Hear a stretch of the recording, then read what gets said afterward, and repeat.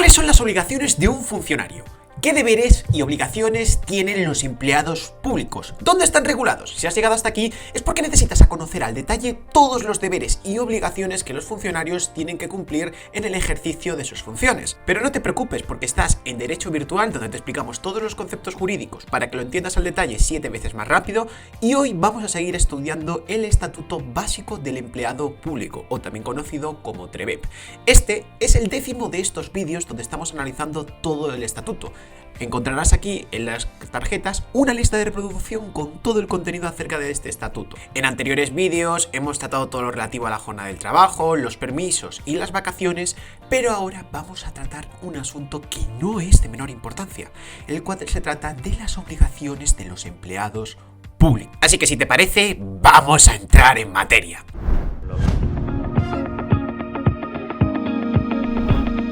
Bueno, para empezar, debes saber que las obligaciones de los empleados públicos vienen reguladas en los artículos 52, 53 y 54 del TREBEP.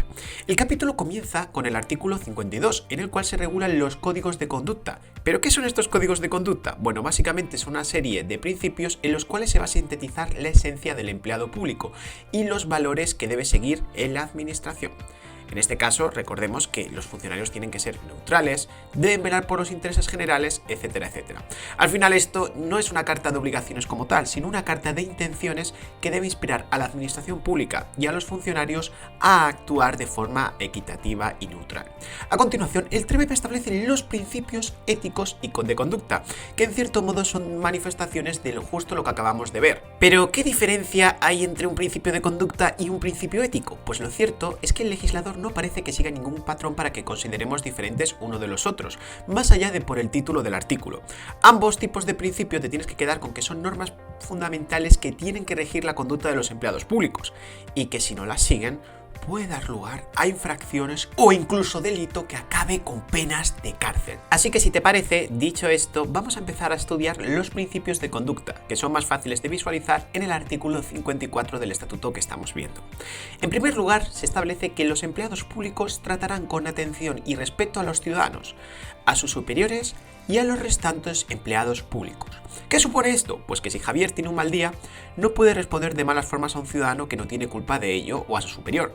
En segundo lugar, se dispone que el desempeño de las tareas correspondientes a su puesto de trabajo se realizará de forma diligente y cumpliendo la jornada y el horario establecido. Por ejemplo, si Javier se salta su horario a la torera, iría en contra de estos principios. De hecho, se consideraría una falta disciplinaria grave. En tercer lugar, el artículo 54 determina como principio de conducta obedecer las instrucciones y órdenes profesionales de los superiores, salvo que constituyan una infracción manifiesta del ordenamiento jurídico, en cuyo caso las pondrán inmediatamente en conocimiento de los órganos de inspección procedentes. ¿A qué se refiere? Pues a que Javier tiene que cumplir lo que diga su superior Pedro. Ahora bien, si por ejemplo Pedro le dice que esconda unos documentos, ahí no tiene la obligación de hacerlo, ya que esta actuación constituiría un delito. En cuarto lugar, tenemos que los empleados públicos informarán a los ciudadanos sobre aquellas materias o asuntos que tengan derecho a conocer y facilitarán el ejercicio de sus derechos y el cumplimiento de sus obligaciones. De esta forma, si Javier a una persona que ha venido a pedirle información no le informará de todo el papeleo que tiene que hacer y simplemente pasará de esta persona o le entregará una hoja, esto iría en contra de dicho principio. En quinto lugar, los funcionarios públicos tendrán la obligación de administrar los recursos y bienes públicos con austeridad y no utilizarán los mismos en provecho propio o de personas alegadas. Tendrán, asimismo, el deber de velar por su conservación. ¿Qué quiere decir esto? Pues que Javier no puede llevarse los cartuchos de tinta de las impresoras a su casa para utilizar en la suya, ni tampoco puede, por ejemplo, Javier coger y dejar las luces de la oficina puestas. Este principio, por desgracia, he observado de primera mano cómo en muchas ocasiones se incumple. De hecho, en muchos ayuntamientos los funcionarios cogen y se llevan todo tipo de bolígrafos y material de oficina a su casa para uso propio, lo cual es totalmente ilegal. En sexto lugar, se dispone que se rechazará cualquier regalo, favor o servicio en condiciones ventajosas que vaya más allá de los usos habituales, sociales y de cortesía, sin perjuicio de lo establecido en el Código Penal. Este principio es uno de los que tiene una mayor protección. La protección se hace por medio del cohecho en derecho penal. De esta forma, si Javier recibe un regalo por su trabajo de un ciudadano ciudadano al que le ha tramitado algún papeleo y ha quedado satisfecho, aunque parezca una conducta inocente, hoy en día puede constituir delito. En séptimo lugar, se establece como principio de conducta garantizar la constancia y permanencia de los documentos para su transmisión y entrega a sus posteriores responsables. Por ejemplo, Javier se tiene que encargar de escanear los documentos que reciba en el ejercicio de sus funciones, pasarlo a formato electrónico, etcétera, etcétera. En octavo lugar, los empleados públicos mantendrán actualizada su formación y cualificación. De esta forma, Javier se tiene que molestar en apuntarse a los cursos que le ofrecen para mantenerse al día de las leyes, de las nuevas herramientas de trabajo que puedan aumentar su eficiencia, etcétera, etcétera. De esta forma, lo que no puede hacer un funcionario es simplemente aprobar una oposición y estar 30 años sin formarse. No, los funcionarios tienen que estar en constante formación. En noveno lugar, los funcionarios públicos observarán las normas sobre seguridad y salud laboral. Por ejemplo, en base a este principio, Javier deberá conocer la salida de emergencia de su oficina, los protocolos en caso de incendio, etcétera, etcétera. En décimo lugar, el TREBEP nos dice como principio de conducta poner en conocimiento de superiores o de los órganos competentes las propuestas que consideren adecuadas para mejorar el desarrollo de las funciones de la unidad en la que estén destinados. A estos efectos, se podrá prever la creación de la instancia adecuada competente para centralizar la recepción de las propuestas de los empleados públicos. De esta forma, Javier puede proponer a su superior Pedro cosas para mejorar el rendimiento, como la instalación de un programa informático que haya conocido en algún curso y que no esté utilizándose en su oficina. Y ya, como último principio, tenemos garantizar la atención al ciudadano en la lengua en que lo solicite siempre que sea oficial en el territorio. De esta forma, si Javier es de Murcia pero trabaja en Cataluña, podría aprender el catalán. Es cosa suya, podría no hacerlo, pero este principio alienta a que lo haga en aras de que la administración haga las cosas más fáciles al ciudadano. Vistos los principios de conducta, ahora sí, pasemos a los principios éticos del artículo 53 del TREBEP. Pero antes de que empecemos a verlos todos al detalle, tengo un anuncio muy importante que hacerte.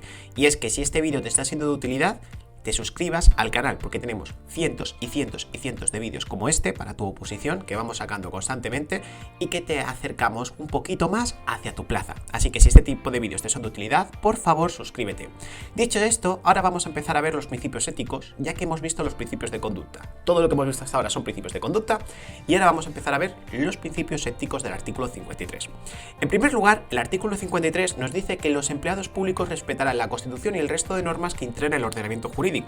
¿Y qué supone esto para Javier? Pues básicamente en que no va a poder hacer lo que le dé la gana, sino que su actuación estará limitada a lo que venga dispuesto en nuestro ordenamiento jurídico.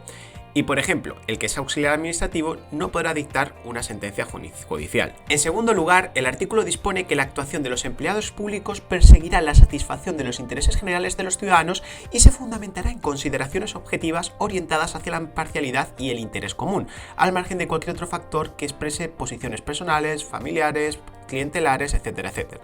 En este caso, lo que implica este principio ético es que Javier tiene siempre que velar por mantener el bien social y no tiene que sugerirse ni tiene que guiarse por principios propios. Por ejemplo, si viene una persona de su pueblo y tiene que tramitarle un procedimiento, no puede concederle o denegarle los documentos sabiendo que como consecuencia puede perjudicar al negocio que tiene él, sino que tiene que pensar en si es bueno para los intereses generales de la sociedad de forma objetiva y neutral. En tercer lugar, se establece que los empleados públicos ajustarán su actuación a los principios de lealtad y buena fe con la administración en la que presten sus servicios y con sus superiores, compañeros, subordinados, así mismo como los ciudadanos. Vamos a ilustrarlo. Por ejemplo, Javier no puede ocultar documentos para que a su superior, a su jefe, cojan y le echen del trabajo, ya que iría en contra de la lealtad que le debe y de la buena fe. En cuarto lugar, aparece que la conducta de los empleados públicos se basará en el respeto de los derechos fundamentales y libertades públicas, evitando toda actuación que pueda producir discriminación alguna por razón de nacimiento, origen racial, étnico, género, sexo, etcétera, etcétera. Esto es fácil de interpretar, y es que Javier no puede tener conductas discriminatorias como tramitar con preferencia asuntos de personas blancas sobre personas negras, etcétera, etcétera, ya que ello iría en contra de este principio y de los derechos fundamentales y libertades públicas. Realmente también infringiría el primer principio que hemos visto de no ir en contra de la Constitución y el ordenamiento jurídico. Hay que destacar que este principio es uno de los protegidos de forma reforzada, ya que si Javier incurre en una conducta así, estaría cometiendo una infracción penal. En quinto lugar, el artículo 53 nos dice que los empleados públicos se abstendrán en aquellos asuntos en los que tengan un interés personal, así como de toda actividad privada o interés que pueda suponer un riesgo de plantear conflictos de intereses con su puesto público. ¿Pero qué consecuencias implica esto para Javier? Pues que no podría tramitar un procedimiento de su mujer, por ejemplo. Si te das cuenta, cuenta está relacionado con el principio que hemos visto de los intereses generales y la neutralidad, de tal forma que la ley intenta evitar situaciones en que Javier pueda tener la tentación de anteponer sus intereses propios, evitando que pueda conocer directamente procesos en los que es claro su parcialidad. En sexto lugar, se establece que los empleados públicos no contraerán obligaciones económicas ni intervendrán en operaciones financieras, patrimoniales o negocios jurídicos con personas o entidades cuando pueda suponer un conflicto de intereses con las obligaciones de su puesto público. Este principio también está relacionado con tratar de conseguir la neutralidad y objetividad de los empleados públicos. Por ejemplo, Javier no puede tramitar un procedimiento de unas ayudas públicas de un negocio y a sabiendas invertir en ese negocio, ya que supondría un conflicto de intereses. En séptimo lugar, el artículo 53 es tajante al disponer que los empleados públicos no aceptarán ningún trato de favor o situación que implique privilegio o ventaja injustificada por parte de personas físicas o entidades privadas. ¿Qué implica esto para Javier? Pues que no puede ir a un banco y decirle que le hagan un descuento por el mero hecho de ser funcionario, ni tampoco puede aceptar un jamón como soborno para que facilite la concesión de una licencia. Es otro principio que viene protegido mediante normas penales, por medio de la figura del delito de cohecho. En octavo lugar, se establece que los empleados públicos actuarán de acuerdo con los principios de eficacia, economía y eficiencia, y vigilarán la consecución del interés general y del cumplimiento de los objetivos de la organización. Pero ¿a qué demonios se refiere esto? Bueno, este principio quizás sea un poco más abstracto, pero vamos a ponerlo con otro ejemplo, el comportamiento de Javier. Y es que Javier no puede coger y estar 3 meses para un caso, que supongamos que normalmente se debe resolver en 2 semanas. ¿Por qué? Porque no sería eficaz ni eficiente. Si encima está gastando más de los medios necesarios, por ejemplo, papel, o está involucrando a más funcionarios, tampoco estaría incumpliendo con el principio de economía. Hay que destacar que la eficiencia, la eficacia y la economía son relativas, por lo que es difícil controlar su cumplimiento. De hecho, hay muchas quejas, y esto ya es más relativo a cuestiones políticas, de que hay muchos ayuntamientos y organismos públicos que trabajan de una forma extraordinariamente lenta e ineficiente. Bueno, ¿estos serían todos los principios? No, porque ahora tenemos el noveno, que establece que los empleados públicos no influirán en la agilización o resolución de trámite o procedimiento administrativo sin causa justa, y en ningún caso cuando ello comporte un privilegio en beneficio de los titulares de los cargos públicos o su entorno familiar y social inmediato, o cuando suponga un menoscabo de los intereses de terceros.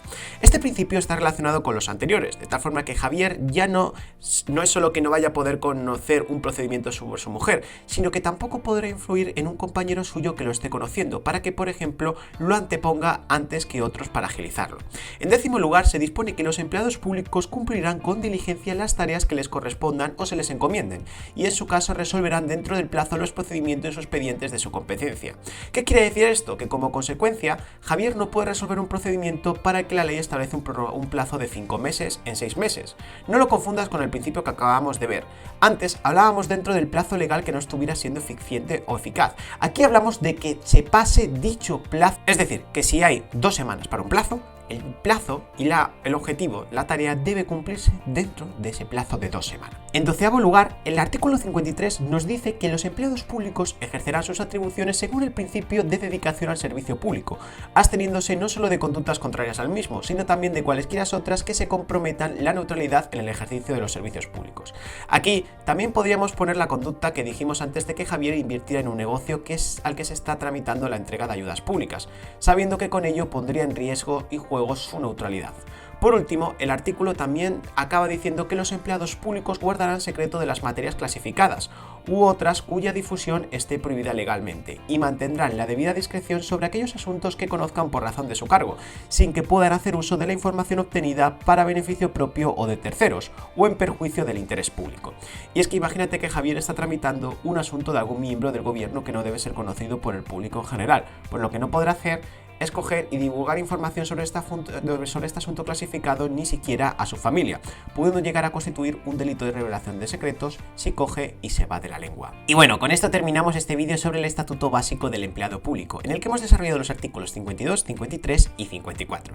En resumidas cuentas, hoy hemos visto en primer lugar el artículo 52, en donde se habla del Código de Conducta del Funcionario Público y que viene a ser una síntesis de lo que debe consistir la función pública, cómo debe actuar la administración y sus empleados. A continuación también hemos hablado de los principios de conducta y éticos, cuya diferencia no es clara, sino que el legislador sigue un criterio aleatorio para establecerlos de una clase a otras. No te queda más remedio que memorizarlos, con la ayuda de los ejemplos que hemos dado. Recuerda también que hemos diferenciado entre principios éticos y principios de conducta. Y eso sería todo. Por último, recuerda recordarte que si este tipo de vídeos te son de utilidad, en nuestra academia tenemos cientos y cientos de vídeos como este donde te resumimos todas las leyes relativas a tu oposición. Te dejaré toda la información en las tarjetas porque además incluye una prueba gratis. Te veo dentro. Un saludo.